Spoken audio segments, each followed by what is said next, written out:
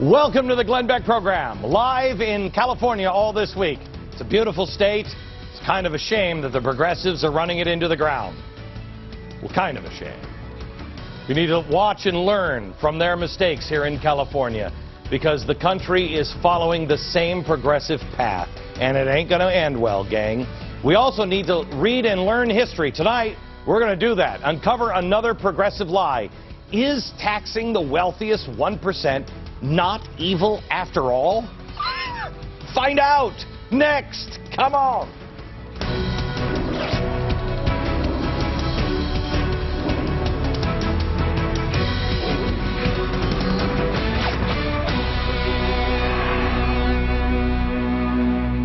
Hello, America. Since I'm on the West Coast, aloha. The New York Times, wait a minute, before I get into this, I want to remind you that even though I am in Los Angeles, California, and this one doesn't work at all, this is a prop phone. Harry is, can you show Harry, please? Harry is working hard. Operators are standing by. Harry's watching Star Wars. Okay, not what I was hoping for, but if that phone rings, the White House wants to correct anything that we say on this program, Harry will turn the sound down, speak Wookiee right directly into the phone, and we'll take it from there. Now, let me go to the New York Times. The New York Times is doing their best to cover the spending tracks left by President Obama. The op-ed titled, "The Truth About the Deficit," could, I believe, win the gold medal in mental gymnastics. They'll bend, twist, and contort all of the facts into a pretty little, grimy little ball of blame Bush. I showed you yesterday that George W. Bush was part of the problem, a big part. But Obama is now pressing the accelerator, and time is running out for the Republic. The Times claims that the deficit is a result of cutting taxes on the wealthy. And they offer this stern warning to us, little people. The last thing the government should do is slash spending. Wow. I wish I wasn't such a little person and I could understand that. History tells us taxing the rich and slashing government spending are both progressive lies.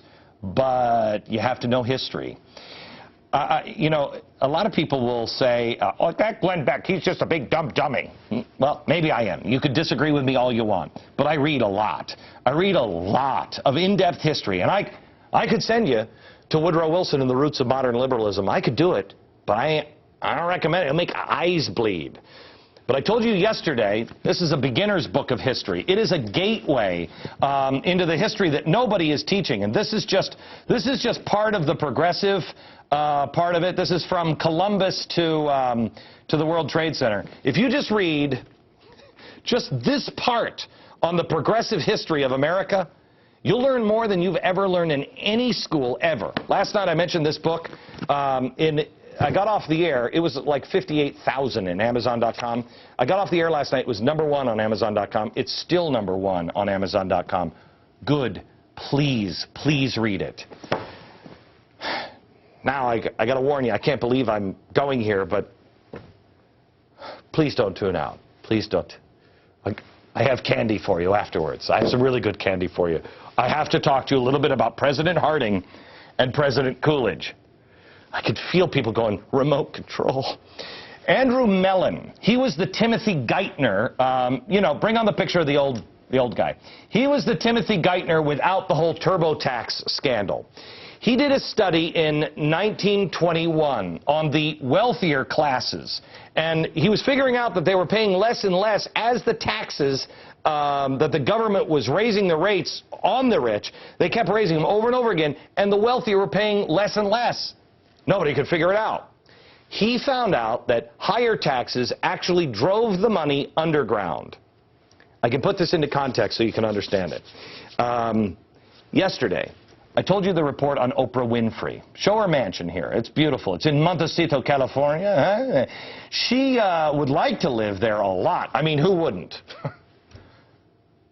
She doesn't live there a lot because California has one of the highest progressive tax rates on people making over $1 million, and I'm pretty sure she makes over $1 million a year.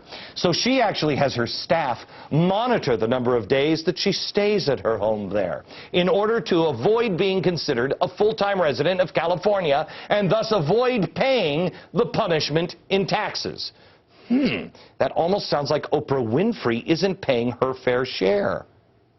Another example, 1969, Ireland introduced a tax-exempt status for artists when they decided in 2006 to put a cap on that tax break, 250,000 euros.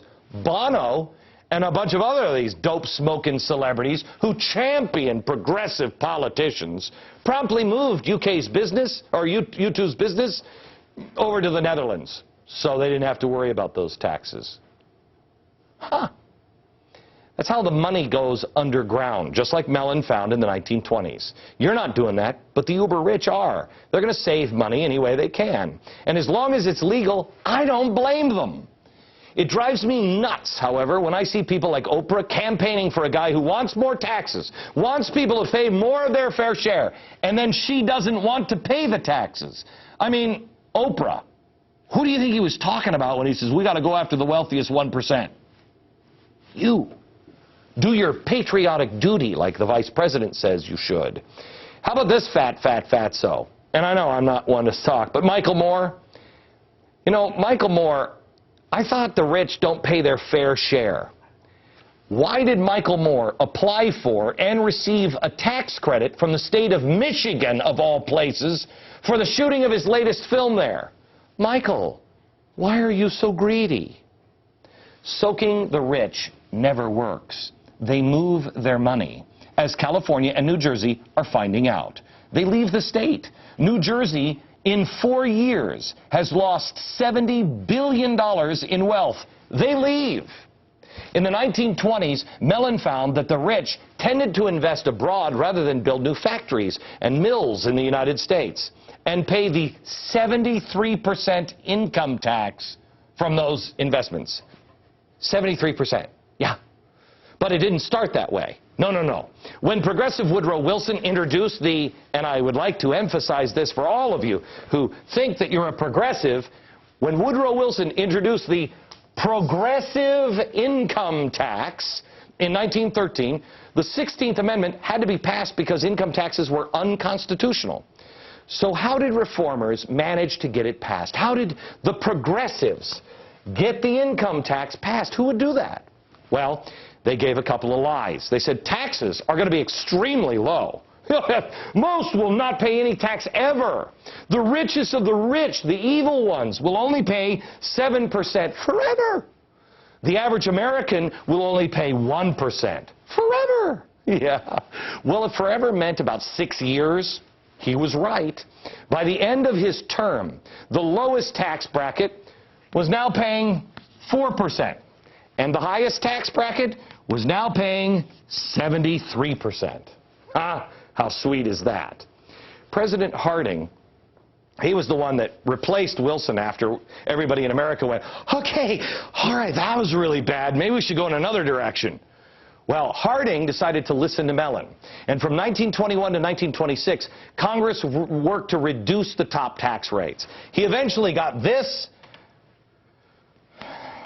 down to 25%. Not 7, but 25. See? Progress. The result? Tax revenues from the wealthiest taxpayers tripled. And this is where progressives always get slippery, because they're like, well, you got to get that money from them. No. It's called the Laffer curve. The higher the income tax, the less you pay. It works the same way over and over again. So, tripled by cutting it. And also something else happened. The national debt dropped from $24 billion to $18 billion. Then Calvin Coolidge came in. I don't know a lot about Calvin Coolidge yet. I'm looking into him. He might be my favorite president so far. I like the guy. He assumed the presidency after Harding dropped dead, I think, of a heart attack. Well, he continued with a small government, lower tax strategy. He talked about not building up the weak by pulling down the strong, not being in a hurry to legislate new laws, and cutting the size of government. Coolidge and Harding decreased the real per capita federal expenditures, the size of the government, from $170 per year in 1920 to $70 in 1924. These policies, along with fostering the mentality of self-reliance, the opposite of what the progressives had been preaching in the previous 20 years, and the opposite of what progressives teach now. They're not saying be self-reliant. They're saying too big to fail. You can't make it without the government safety nets. Stand on your own 2 feet, America.